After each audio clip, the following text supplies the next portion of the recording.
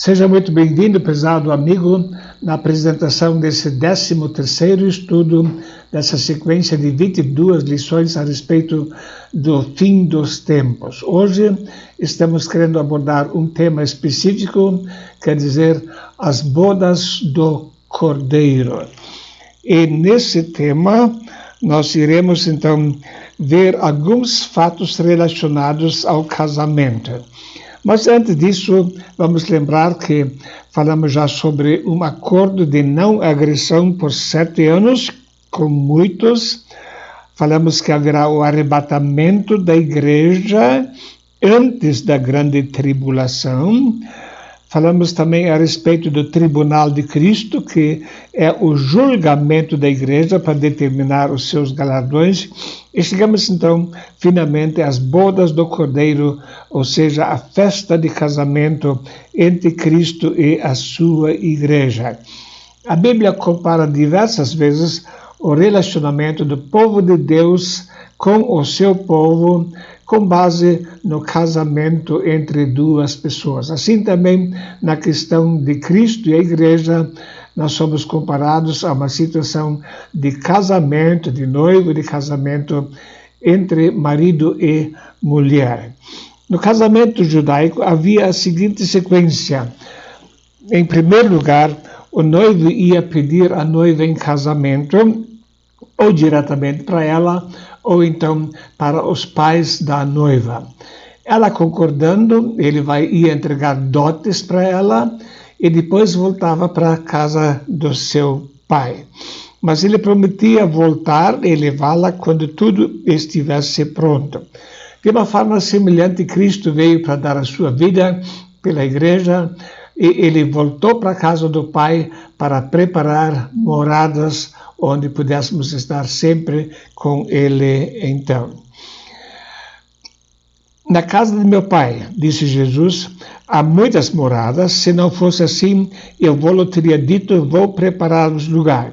E quando eu for vos preparar lugar, virei outra vez e vos levarei para mim mesmo, para que onde eu estiver, estejais vós também. Então temos a noiva, a igreja, esperando pelo noivo, que é Cristo. O apóstolo Paulo escreve, porque estou zeloso de vós com o zelo de Deus, porque vos tenho preparado para vos apresentar como uma virgem pura a um marido, a saber, Cristo. Então a noiva de Cristo deve ser pura, deve viver uma vida de santificação.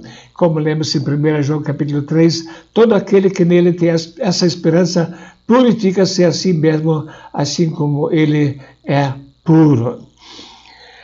Por isso deixará o homem seu pai e a sua mãe, e se unirá à sua mulher, e serão os dois numa carne. Grande é esse mistério, digo-o, porém, a respeito de Cristo e da igreja. Vós, maridos, amai vossa mulher, como também Cristo amou a igreja, e a si mesmo se entregou por ela, para santificar, purificando-a com a lavagem da água pela palavra, para apresentar a si mesmo igreja gloriosa, sem mácula, nem ruga, nem coisa semelhante, mas santa e irrepreensível. A pessoa que realmente aguarda de coração a volta de Cristo, o arrebatamento, vai estar se preparando também numa vida de santificação. Por que essas bodas são chamadas de bodas do Cordeiro? Nós lemos a respeito de João Batista anunciando a vinda de Cristo e disse, no dia seguinte, João viu a Jesus que vinha para ele e disse, eis o Cordeiro de Deus que tira o pecado do mundo. Então, é chamada de boda do Cordeiro, porque Jesus era como um cordeiro que deu a sua vida por nós, deu a sua vida pela igreja, e por isso então também as bodas do Cordeiro que nos lembra sempre, nós fomos comprados, fomos resgatados pelo precioso sangue de Cristo. Reduzimos-nos, alegremos-nos e demos-lhe glória, porque vindas são as bodas do Cordeiro. E já a sua esposa se aprontou, e foi-lhe dado que se vestisse de linho fino, puro e resplandecente, porque o linho fino são as justiças dos santos. Então esse convite é um convite de regozijo, ou para um regozijo e uma alegria muito grande por estarmos sempre, então, junto com o Senhor. E disse-me, escreve, bem-aventurados aqueles que são chamados à ceia das bodas do Cordeiro. E disse-me, estas são as verdadeiras palavras de Deus. Existem convidados também para as bodas, pessoas salvas fora da época da igreja, mas a Bíblia nos mostra em Mateus 8, verso 11, mas eu vos digo que muitos virão do Oriente e do Ocidente a sentar-se a uma mesa de Abraão, Isaac e Jacó no reino dos céus. Então, pessoas que se converteram antes da fundação da igreja não são parte da noiva de Cristo. É um grupo de convidados especiais. Cristo tem, então, a sua igreja e os convidados para a boda dele. Aquele que tem a noiva é o noivo. O amigo do noivo que está perto e ouve, enche-se de alegria quando ouve a voz do noivo. Esta é a minha alegria que agora se completa. Essas palavras foram proferidas por João Batista.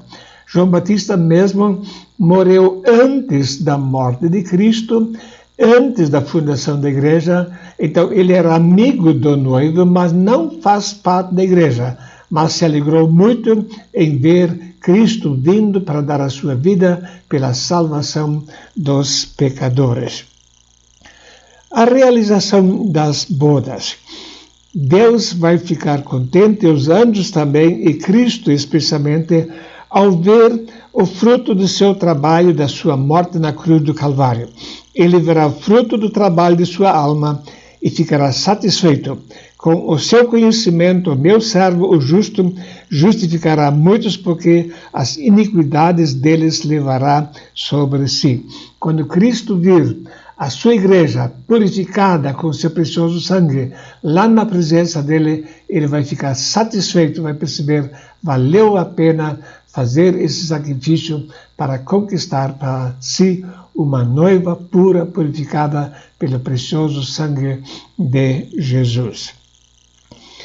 E também a noiva está amando o noivo, esperando a sua vinda, ao qual não o havendo visto, há mais, no qual não o vendo agora, mas crendo vos alegreis com gozo inefável e glorioso. 1 Pedro 1, verso 8. Então, realmente, é uma expectativa muito grande da igreja, a hora da chegada do noivo, para levar-nos ao céu e para estarmos, então, para sempre com ele. É um regozijo para os verdadeiros cristãos.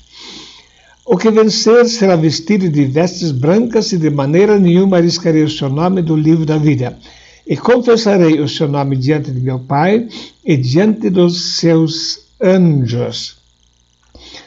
Colossenses 1, verso 22, no corpo da sua carne pela morte, para perante ele vos apresentar santos, irrepreensíveis e inculpáveis. Então Cristo vai apresentar ao seu Pai a igreja como pessoas santas, irrepreensíveis e inculpáveis. Por quê? Porque fomos purificados com o precioso sangue de Jesus. O apóstolo Paulo continua, para confirmar os vossos corações, para que sejais irrepreensíveis em santidade diante de nosso Deus e Pai, na vinda de nosso Senhor Jesus Cristo com todos os seus santos. Então, seremos irrepreensíveis quando Cristo voltar junto com a sua igreja. Judas 1, 24 e 25. Ora, aquele que é poderoso para vos guardar de tropeçar e apresentar-vos irrepreensíveis com alegria perante a sua glória, ao único Deus sábio, Salvador nosso, seja a glória e majestade, domínio e poder, agora e para todos sempre. Amém. Então sempre temos esses dois aspectos, a pureza da igreja e a alegria e o regozijo. Vai ser um acontecimento maravilhoso essa união entre a igreja de Cristo e o seu noivo. E digo-vos que todo aquele que me confessar diante dos homens, também o Filho do Homem o confessará diante dos anjos de Deus. Cristo vai confessar publicamente, sim, essas pessoas são pessoas as quais eu salvei e eles são meus. No próximo estudo, queremos falar então a respeito da segunda vinda de Cristo. Existem muitas diferenças entre arrebatamento e segunda vinda de Cristo. Sobre essas diferenças queremos falar então no próximo estudo. Mas permanece essa pergunta. Prezado amigo, você irá junto no dia do arrebatamento? Tem certeza plena e baseada na Bíblia da sua salvação? Muitos estarão enganados, pensando que vão, mas não vão junto para o céu. Que Deus o abençoe na meditação sobre a sua palavra. Amém.